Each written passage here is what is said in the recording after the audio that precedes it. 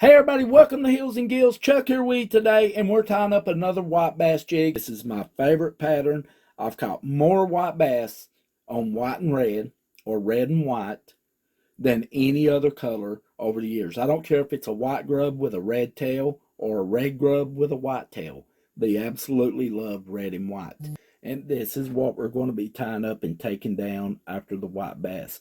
Little 1/4 ounce jig head, little synthetic hair. I'll be sharing with you where I picked it up at in the video. A little flash, a little hackle tail, and you have got a white bass killer right here, guys. Hybrid white bass, #1 sickle hook on it. You can't go wrong with this. Let's tie up the little cherry head. Okay, guys, let's get ready to tie up the little redhead white bass jig here. And we're going to start out. This is a 1/4 ounce jig head on a #1, what I call a sickle hook here. And the colors that we used on this is I started out as a primer coat of white. This is LA Colors 164. It's got the hardeners in it if you get it with the stickers. And if you don't use the white, it will make the red more of a dark red like this one right here. It's a little bit darker in color than if you used the white first. I went with a 400 in red, also with the hardeners, LA Colors, and it just made it pop out there. And this is really a simple, nice, but effective tie for those white bass. And man, they are getting ready to get fired up around here. The thread that we're using, this is a black, what we're using today. This is A, again, by Do It. And we're going to run it right back down to the bend of that hook and then right back up about 1/4 of the way. Now, the first thing that we're going to be adding to this little tie right here is we're going to be adding a red hackle feather. This is going to be the tail action of it. If you don't have hackle feather and you want to do a tie like this, a nice curly tail will work just fine. Like a little red curly tail will do great. And I want this to come back about an inch off the back of the bend of the hook on these little #1 hooks like this. So I'll just lay it up here, kind of get a idea about the length of it, and then I'll just go ahead and cut it and then expose some of that stem. So what I'm going to do is just get this cut off just like it's right here, and then I'll just start removing from bottom, just start plucking some of those feathers off, exposing that stem a little bit just like that. Then I'll just lay it back up here, get one more good measurement from it. That looks pretty good. And I'll get him right on top of the shank of that hook, and I'll give him a couple of tight wraps down through there, making sure he's locked in. He may try to spin on you a little bit. That's fine. Just turn him, get him where you need him.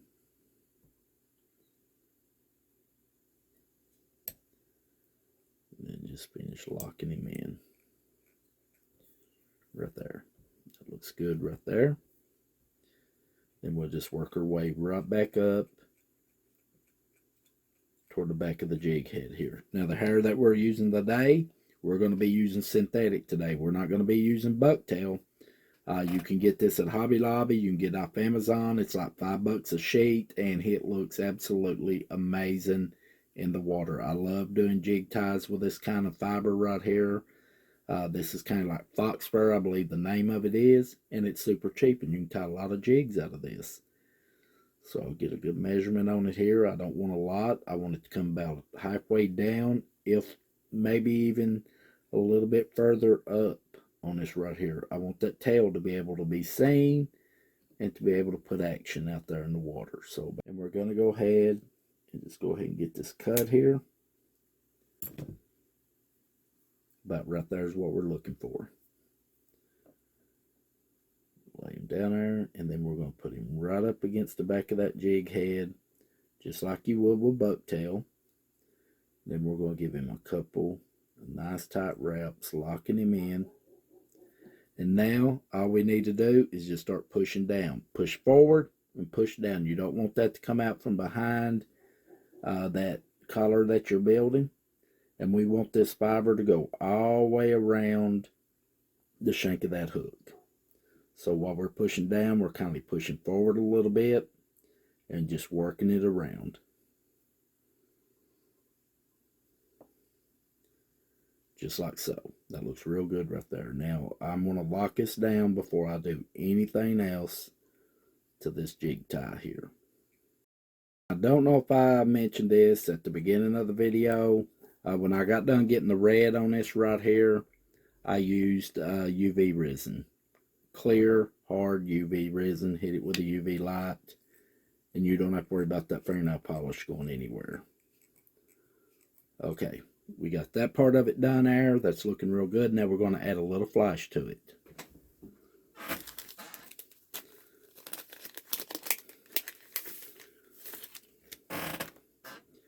Next, we're going to add some crystal flash to it. And I'm going to add about 4 or 5 strands on each side of this little tie here. So I'll count out 4 or 5 of them. If I get 6, that'll be fine. The more the better. And we'll just go ahead and cut it off right up next to that zip tie. There we go. And you want to make sure all the ends is flush on it, like it right there. Then I'm going to lay it right on the side of that collar right there, and I want it to go right back to where that hair ends. I'm going to just press it down there, and I'm going to give it about 3 or 4 nice tight wraps, locking it in.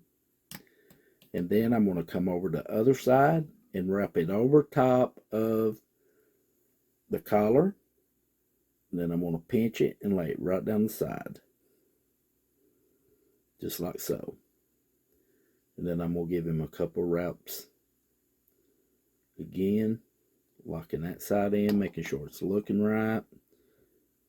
See if I need to pull it up a little to be even on that side. And then I'm going to go ahead and put some nice tight wraps down through there. There we go. Nice tight wrap on it there. Now I'm going to go right back here, grab the excess of this, and I'm going to cut it off right even with the back of that synthetic hair. And this right here, I'm keeping. You know, I see some people throw it away. I can use that on like little small bug jigs. I can use that on other ties. Waste not, want not. There we go. Now we're going to do 5 plus 5 on this little tie right here. 2, 3. We're going to do 5. Then I'm going to wrap my finger around it. You can feel it seed in. And then we're going to do 5 more on it. I like doing 10 ties with a whipping finish when I'm making bass jigs and so on like that. And then I'll just wrap my finger around him, feel him lock in. And we got one last thing that we need to do to this, and we will be finished with this tie right here. And that is, let's add some Loctite super glue. That's what I use on all my collars. If you've watched any of my other videos. And I put a nice drop right behind that jig head.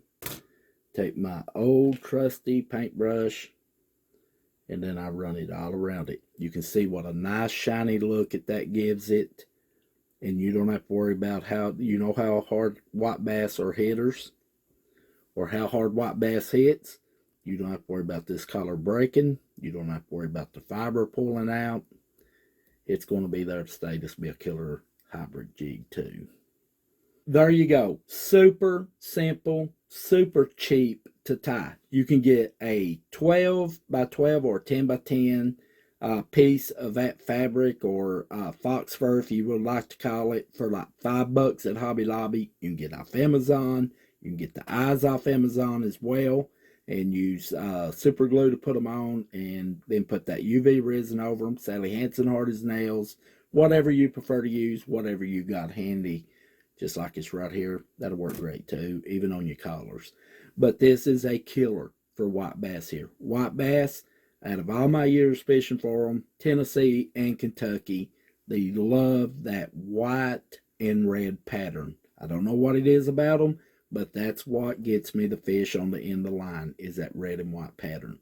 I hope you enjoyed this video, guys. If you liked it, I hope you give us a thumbs up. That helps our channel out. Subscribe if you're not a subscriber. Also, check the link down in the description for our playlist on our other jigs that we've tied. Follow us over on Facebook and Instagram.